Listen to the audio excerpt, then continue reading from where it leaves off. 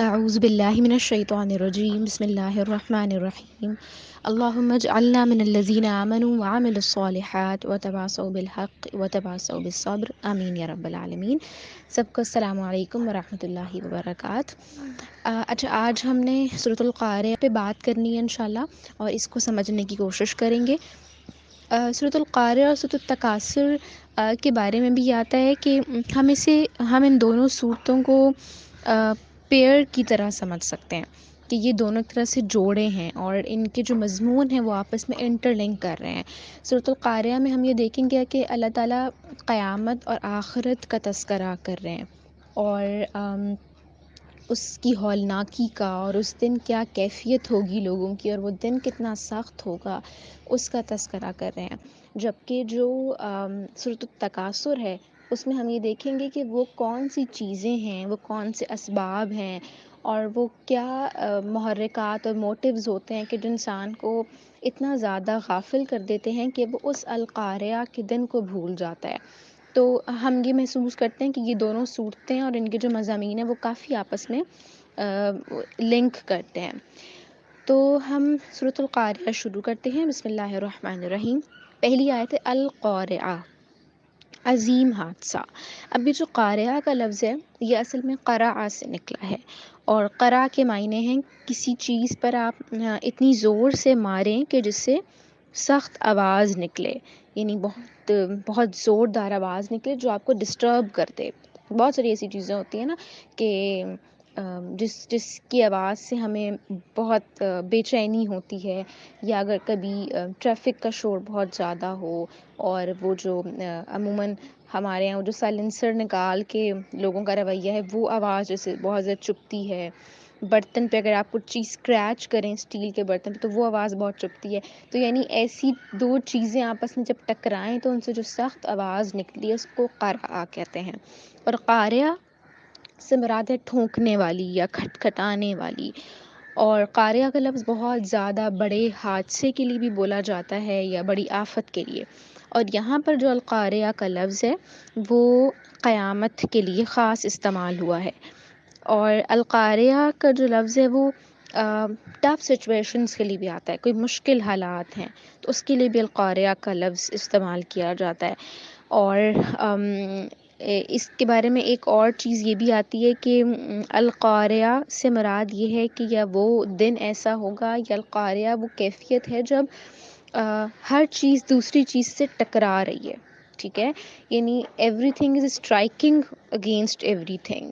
ایک چیز اسٹرائک کر رہی ہے دوسرے پہ، ہر چیز کولائڈ کر رہی ہے دوسرے سے، یعنی مطلب چیزیں اتنا زیادہ آپس میں درہم برہم ہو جائیں گی کہ ایسا لگے گا کہ ہر چیز دوسرے سے ٹکرا رہی ہے۔ اس کو بالکل یوں سمجھیں کہ بہت زیادہ مجمع ہے اور اس میں خدا نخواستہ بھگدڑ مچ جائے تو کسی کو کچھ پتہ نہیں چلتا نا وہ کس طرف بھاگ رہے، تو انسانوں سے ٹکراتے ہیں۔ بالکل اس طرح چیزیں اور زمین اور آسمان اور اس کے درمیان جو اشیاء ہیں وہ آپس میں اس طرح کولائڈ کریں گی کہ لگے گا کہ ہر چیز دوسرے سے ٹکرا رہی ہے۔ تو یہ بھی القارعہ ہے۔ اچھا، پھر اس کے علاوہ قرع الباب ایک لفظ یہاں پر لکھا ہے، اس کے بارے میں آتی ہے، اس کا مطلب یہ کہ اس نے دروازہ ٹھونکا یا اس نے دروازہ کھٹکھٹایا۔ اس کو آپ یوں سمجھیں کہ کوئی اچانک رات میں دروازہ کھٹکھٹائے آپ کے گھر کا تو کیا حالت ہوتی ہے، اچانک سے ہڑبڑا کے اٹھ جاتے ہیں، اور یعنی کہ اس وقت کون ہو سکتا ہے دروازے پہ، یا اس وقت کون دروازہ کھٹکھٹا سکتا ہے، یا اس وقت کون موجود ہے۔ تو وہ بہت سارے خیالات ذہن میں آ رہے ہوتے ہیں، اور ایک دم تھوڑی پریشانی اور گھبراہٹ والی کیفیت ہوتی ہے۔ تو وہ جو کیفیت ہے وہ اصل میں طاری ہوگی، یعنی قارعہ ایسی چیز ہوگی، وہ ایسا حادثہ ہوگا کہ چیزیں آپس میں کلیش کر رہی ہوں گی، آواز بہت خوفناک ہوگی، اور حالت وہ ہوگی کہ جیسے اچانک کوئی دروازے پہ دستک دے اور آپ کو پتہ بھی نہ چلے۔ یہ ہم سب یعنی انسان اپنی چیزوں میں مشغول ہوں گے اور وہ اچانک سے آ جائے گی۔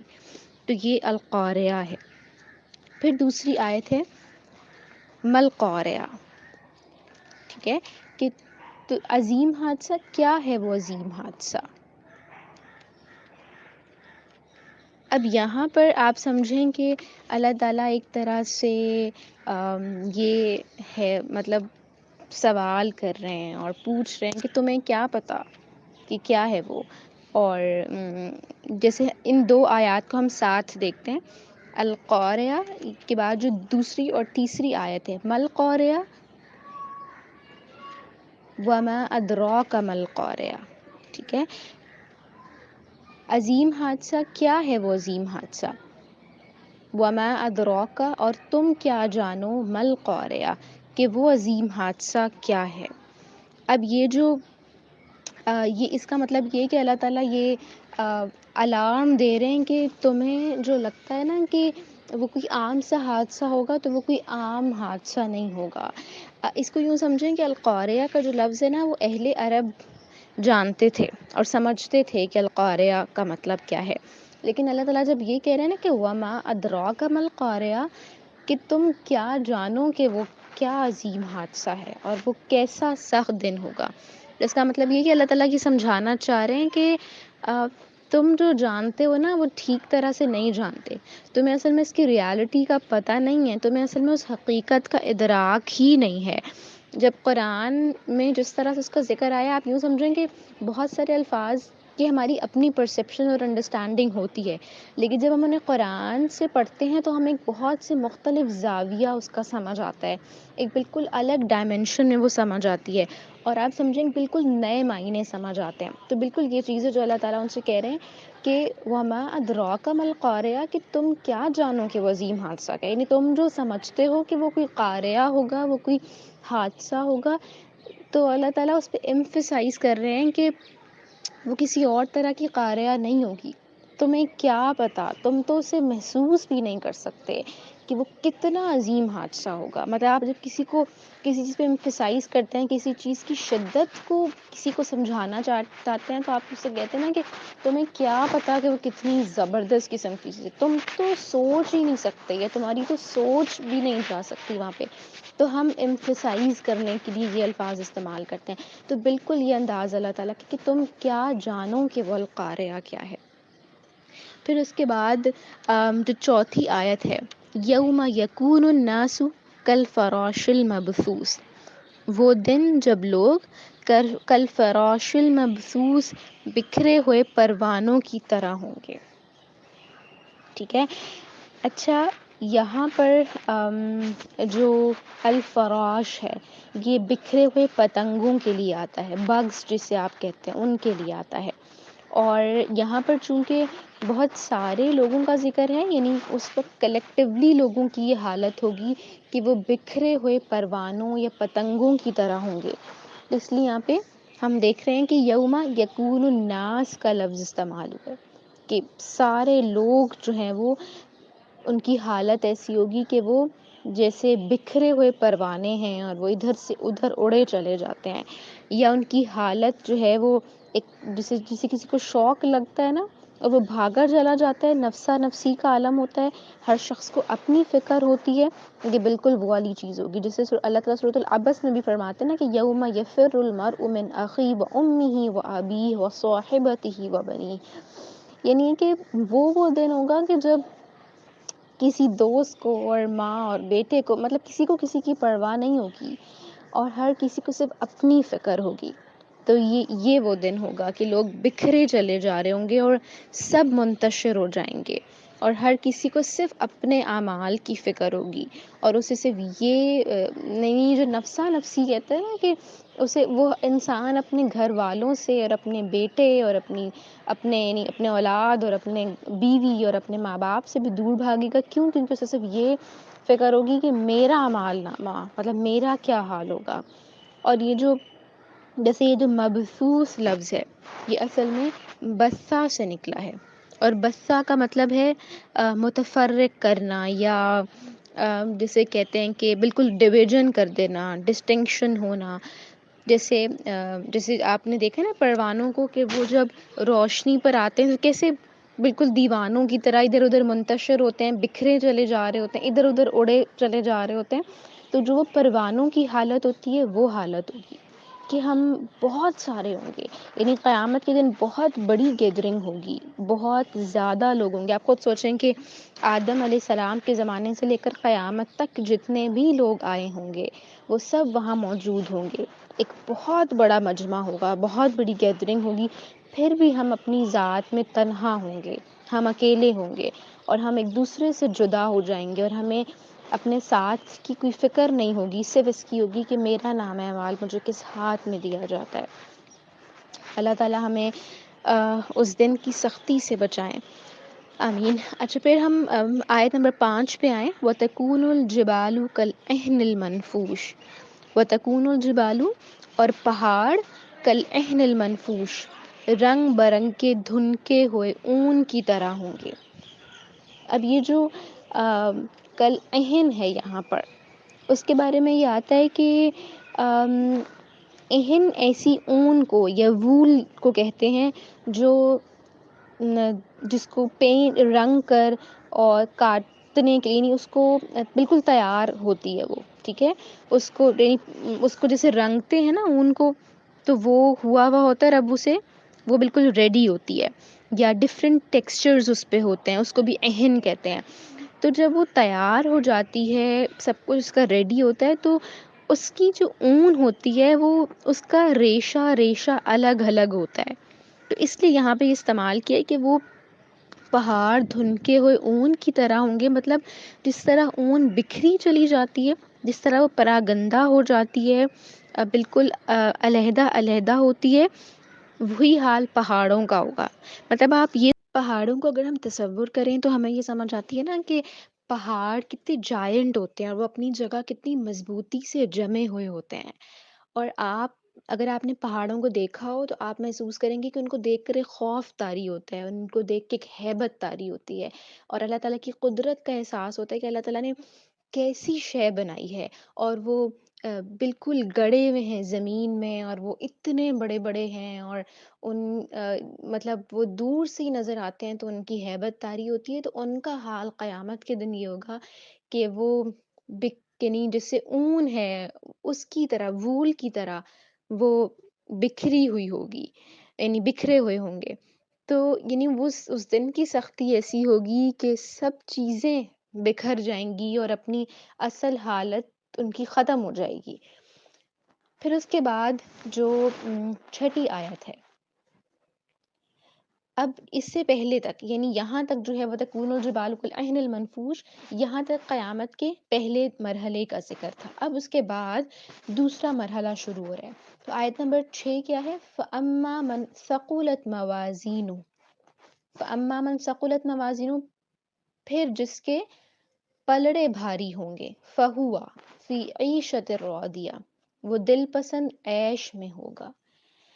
اب یہاں پر کیا مطلب ہے کہ اس دن جو واحد چیز کام آئے گی وہ کیا ہے؟ وہ پلڑوں کا بھاری ہونا، یعنی نیک اعمال ہیں انسان کے. اور یہ جو ثقیل ہے، یہ جو ثقل ہے، ثقل سے مراد کیا ہے؟ بھاری ہونا. اور جو چیز وزن میں دوسرے پر بھاری ہو اسے ثقیل کہا جاتا ہے. تو جس کا پلڑا بھاری ہوگا، یعنی جس کے جو نامہ اعمال ہے وہ زیادہ ہوگا، یعنی نیکی کا پلڑا بھاری ہوگا، وہ دل پسند عیش میں ہوگا. یعنی اس کے لیے تو خوشی کا مقام ہے. اور اس دن جو وزن ہوگا وہ صرف حق کے اندر ہوگا.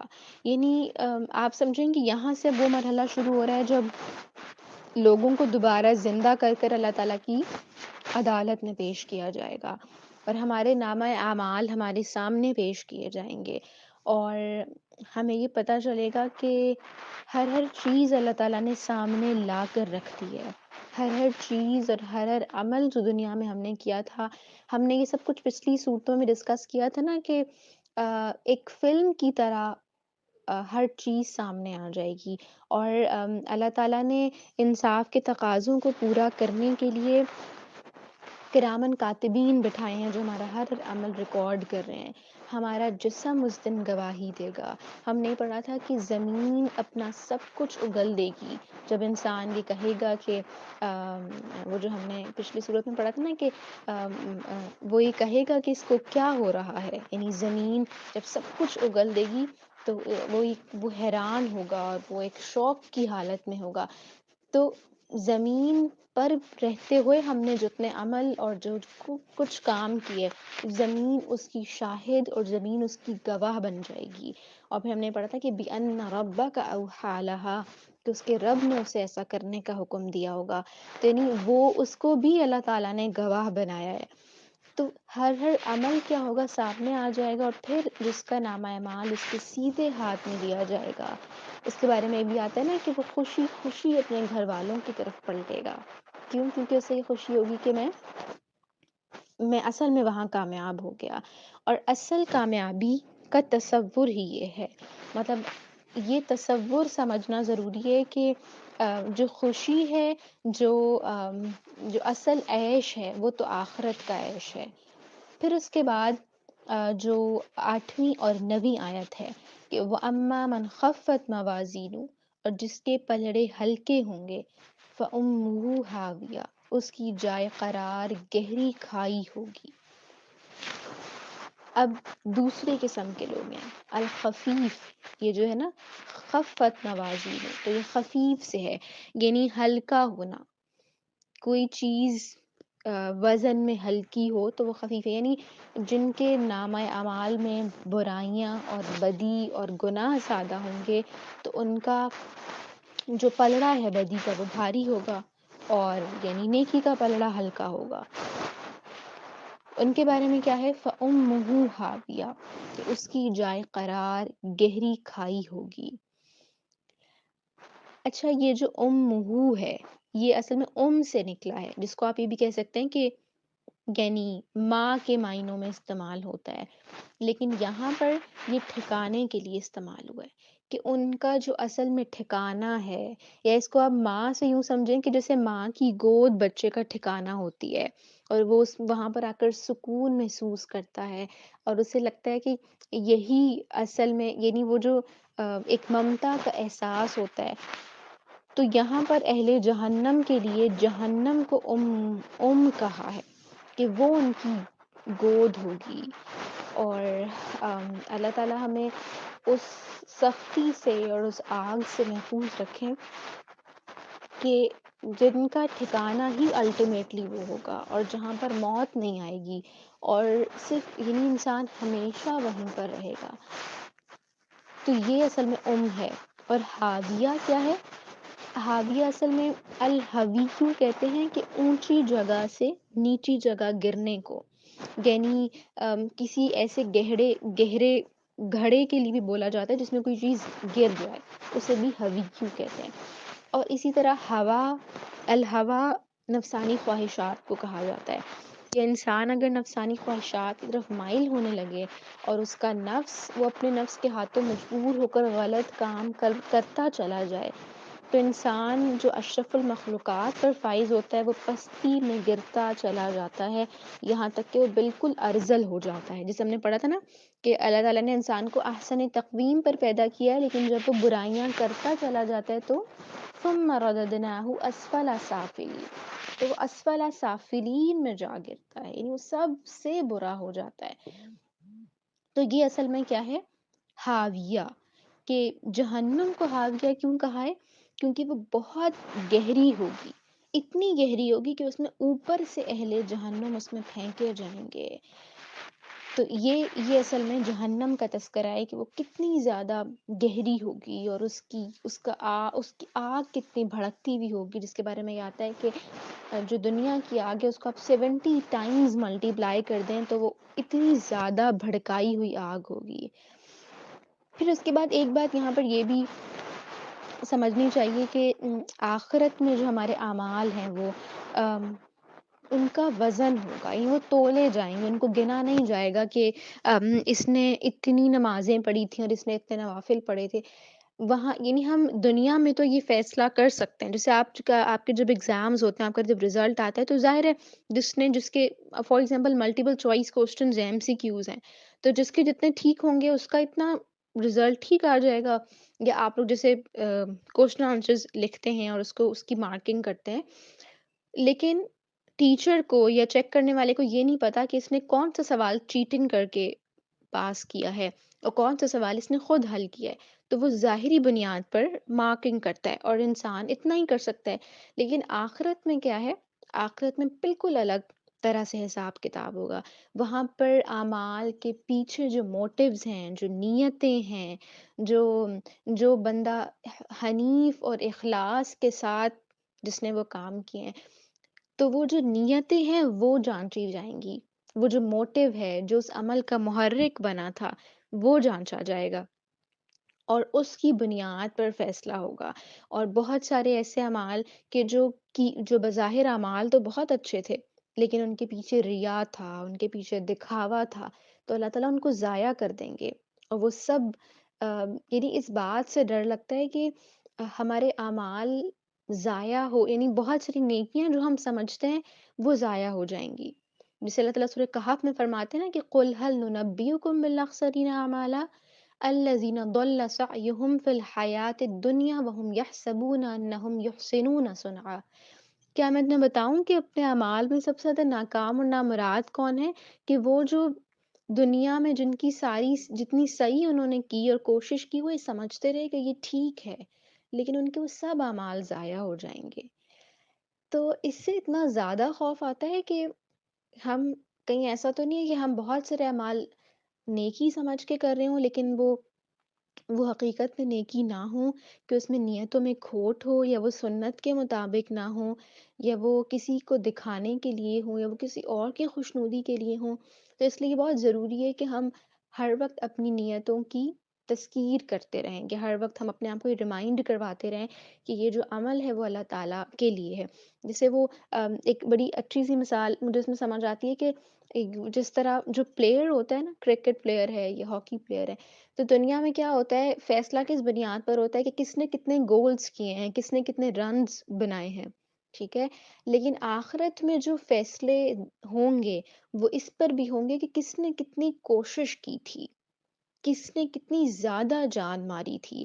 اور یعنی ایک شخص ہے، اگر کوئی ایک لڑکی ہے اور اس کے لیے بہت ساری چیزیں آسان ہیں، اس کو گھر والے، اس نے شروع سے دیکھا ہے اسے گھر والے نماز پڑھتے ہیں، ان کو حجاب لیتا ہے، اس کا گھرانہ، اسی گھرانے میں یہ ماحول ہے کہ روزے رکھے جاتے ہیں، تو اس کے لیے یہ سب کرنا آسان ہے. لیکن ایک ایسی لڑکی جس نے شروع ہی سے یہ دیکھا ہے کہ اس کے گھر میں نماز کی کوئی روٹین نہیں ہے، کبھی پڑھ لی تو کبھی نہیں پڑھی، کبھی صدقہ دے دیا تو کبھی زکوٰۃ نہیں بھی دی، کبھی روزے رکھ لیے، چھوڑنے میں بھی کوئی مذائقہ نہیں ہے، لباس جیسا بھی ہے وہ پہن لیا، اس کے بارے میں کوئی یہ خیال نہیں ہے کہ وہ اللہ تعالیٰ کو پسند ہے یا نہیں پسند.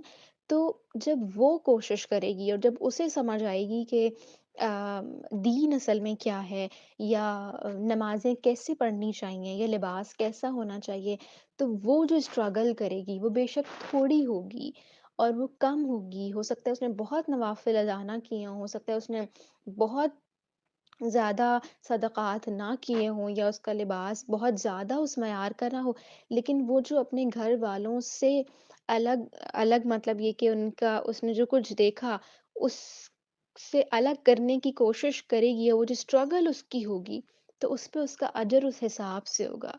تو یعنی ہر انسان کے ماحول اور اس کی کوششوں کے مطابق اسے اجر دیا جائے گا.